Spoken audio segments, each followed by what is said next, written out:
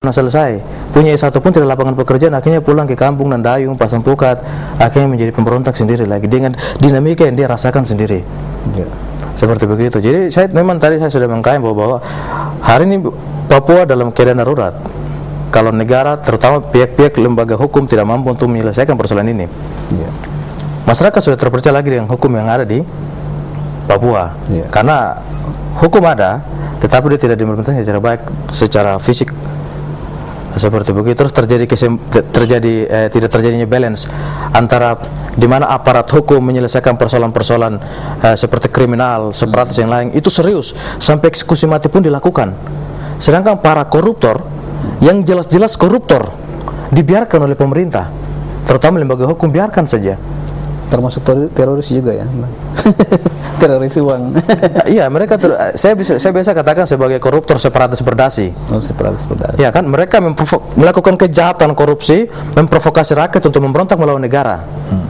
Nah, seperti begitu. Iya. Ya, saya rasa memang sudah saatnya hari ini, dan juga menghimbau kepada seluruh mahasiswa yang ada di provinsi Papua dan juga Papua Barat dan juga seluruh pemuda, mari kita bangkit. Kita bangkit dan kita lawan, kita bunuh para koruptor yang ada di Papua nih. Bunuh. Ya. Dalam tanda kutip. Artinya bahwa memang kalau negara tidak mau menyelesaikan, kita punya hukum sendiri. Baik. Seperti begitu. Baik. Mereka melari kemana? Kita tinggal datang ke rumah-rumah dan kita bakar lapisan anak istri yang makan hasil uang rakyat. Iya, Pak Mari, ini kita lihat bahwa persoalan korupsi ini hampir sebagian besar dilakukan oleh oknum-oknum di pemerintahan. Ini sebenarnya sistem di pemerintahan apakah sedang goyang atau bagaimana, sehingga kita lihat bahwa upaya untuk melakukan korupsi itu selalu saja ada, padahal sudah ditekankan di sana untuk PNS jangan melakukan itu. Ada sumpah lagi. Silakan. Baik, terima kasih. Jadi sebenarnya persoalan ini terjadi itu karena leadership yang lemah, Kepemimpinan ya. ya, kepemimpinan yang lemah. Jikalau kepemimpinan itu dia kuat, maka hal-hal yang sifatnya seperti korupsi ini tidak mungkin terjadi.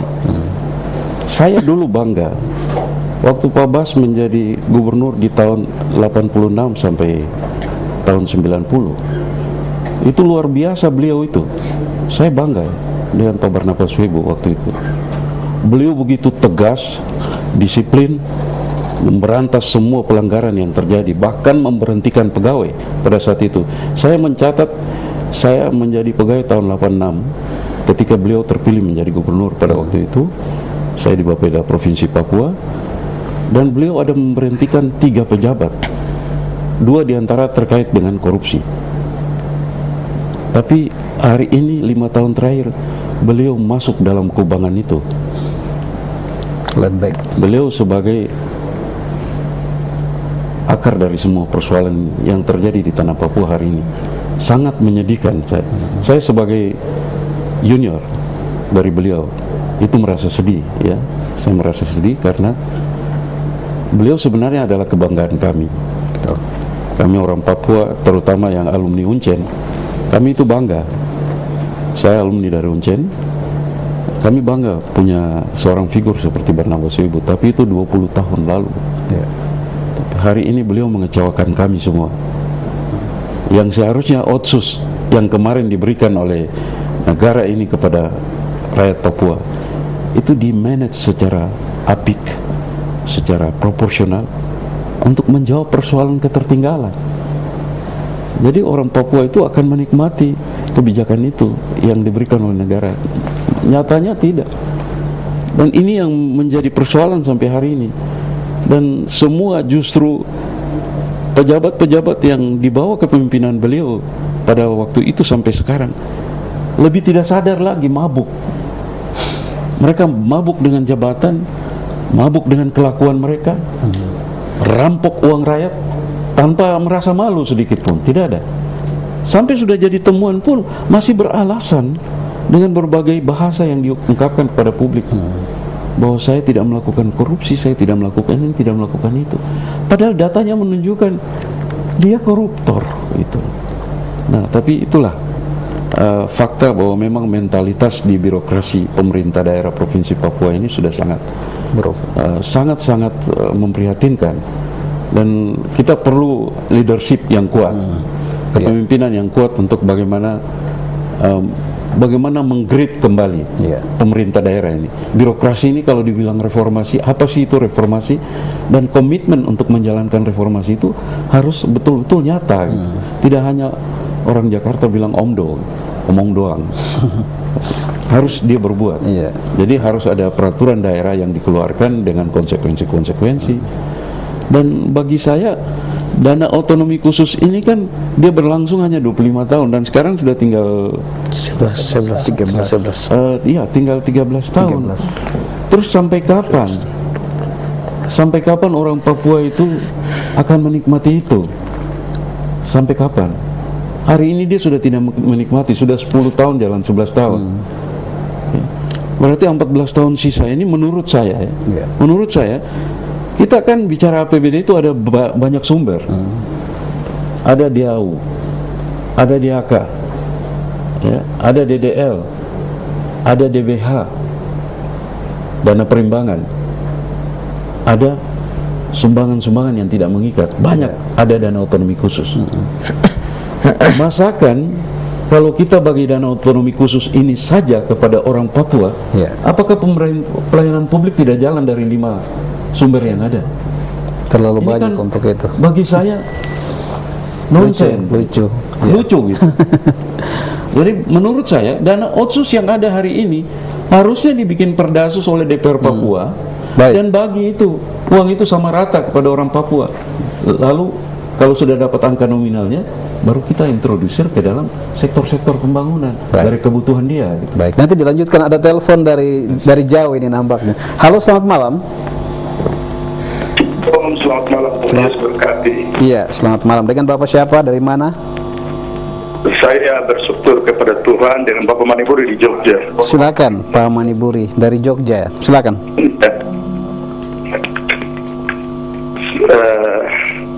Kita bicara tentang otonomi khusus.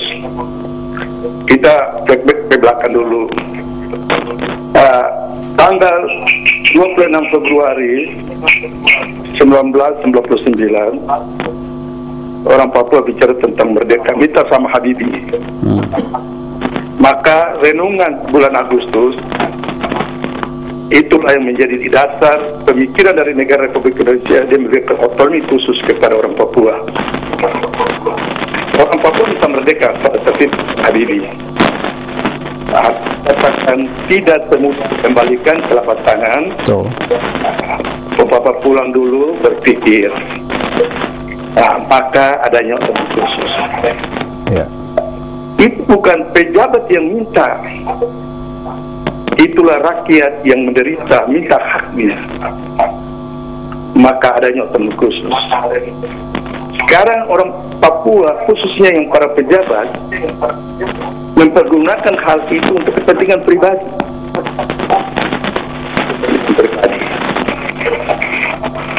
Politik lokal mencari pemekaran, ada bupati, ada wali kota, bahkan gubernur. Itu semua orang Papua yang di atas. Tetapi penderitaan orang asli Papua tetap menderita. Artinya bahwa orang Papua jadi orang Papua. Sekarang ada yang 3 yang duduk di kamu luar biasa. Saya katakan bahwa mulai ini sudah waktunya orang Papua dan generasi muda membalikkan fakta ini dan mendorong supaya mereka ditangkap. Ya. Karena orang Papua di gunung, di lembah, di pinggiran pantai, kampung-kampung pedalaman, mereka begitu menderita. Bahkan mahasiswa yang di luar tanah Papua juga ikut menderita. Dan Jogja siap untuk gerakan itu. Ya, saya sebagai sesepuh masuk Papua dari semua Yogyakarta. Ya. Kami jumlah 9.000 orang lebih. Dan untuk mendorong. Baik. Iya. Terima kasih Pak Maniburi dari Jogja ini. Dari jauh. Teman-teman mahasiswa di sana juga turut memberikan respon positif buat upaya-upaya ini. Silakan, mungkin kita bisa tanggapi. Baik, terima kasih Pak Maniburi, Abang Maniburi yang di Jogja ya. apa yang kita lakukan sekarang ini bukan baru kita lakukan hari ini, tapi kita sudah berjuang sejak kita masih berada pada posisi terbawah, dan kita jalan terus, tidak pernah mundur sampai hari ini, walaupun ancaman datang dari berbagai arah kepada kami.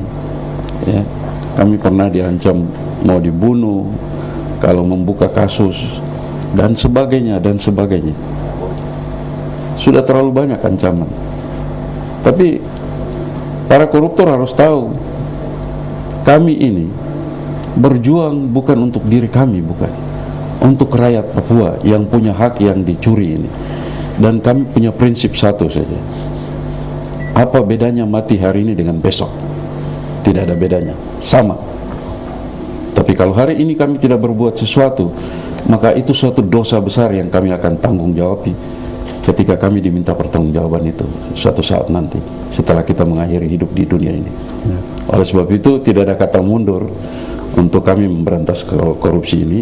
Kami tetap sapu bersih untuk korupsi. Begitu. Ya, silakan, mungkin dari Bung Kaleb ada yang ingin disampaikan. Iya. Mungkin kita terkait dengan hal teknis di lapangan, teman-teman akan melakukan gerakan di Jogja.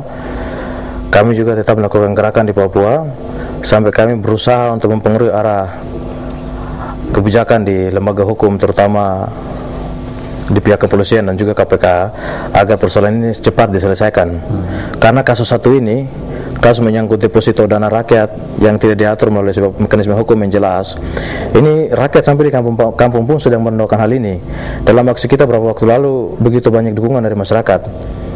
Dan kami mengharapkan di melalui media ini, bapak-bapak yang ada di Jakarta hari ini kalau nonton, segera mungkinlah mengambil langkah-langkah konkret untuk menyelesaikan persoalan ini, sehingga kita ya sedikitnya mengembalikan rasa kepercayaan masyarakat ini kepada pemerintah, seperti begitu. Baik, mungkin Pak Tonces ada yang ingin disampaikan sebelum kita menutup. Ya, kami sebagai pemuda sangat mengharapkan dukungan dari berbagai pihak, entah itu lembaga, LSM, perorangan. Ya, kita harus sama-sama menyatukan visi kami menjadi satu supaya kami dapat membasmi korupsi ini. Memang agenda kami, teman-teman sudah berkumpul di Jakarta dan mereka menunggu kami yang dari Papua akan tiba di sana, dan kami akan berada di sana sampai kasus ini harus diselesaikan. Itu komitmen kami bersama-sama dengan tim yang sudah ada di Jakarta, mahasiswa se-Jawa Bali, Jogja dan Bandung yang sudah berada di sana. Kami selama ini terus melakukan komunikasi, dan tadi siang juga kami datang ke Polda menyampaikan beberapa materi menyangkut semua langkah-langkah yang akan kami ambil dan mendapat dukungan penuh. Hanya kami tunggu waktu yang tepat untuk kami akan melakukan eksekusi. Sehingga pihak-pihak yang melakukan korupsi dana orang Papua ini, dia harus dihukum seberat-beratnya sesuai dengan perbuatannya. Karena masyarakat Papua ini udah menderita, udah susah hari ini. Mereka tidak menikmati hidup yang sejahtera. Saya kira begitu. Baik, sekali lagi terima kasih buat kehadiran Bapak bertiga di studio. Terima kasih buat Pak Marei, kemudian Bung Kaleb dan Pak Tonces yang sudah membagikan informasi kepada masyarakat kita agar tetap mendukung proses pemberantasan korupsi, bukan saja di Indonesia tapi khususnya di Papua yang kita ketahui bersama bahwa karena perbuatan ini telah membuat masyarakat Papua menderita, meski 11 tahun yang lalu telah mendapat suntikan dana yang cukup besar, dana otsus, namun sampai hari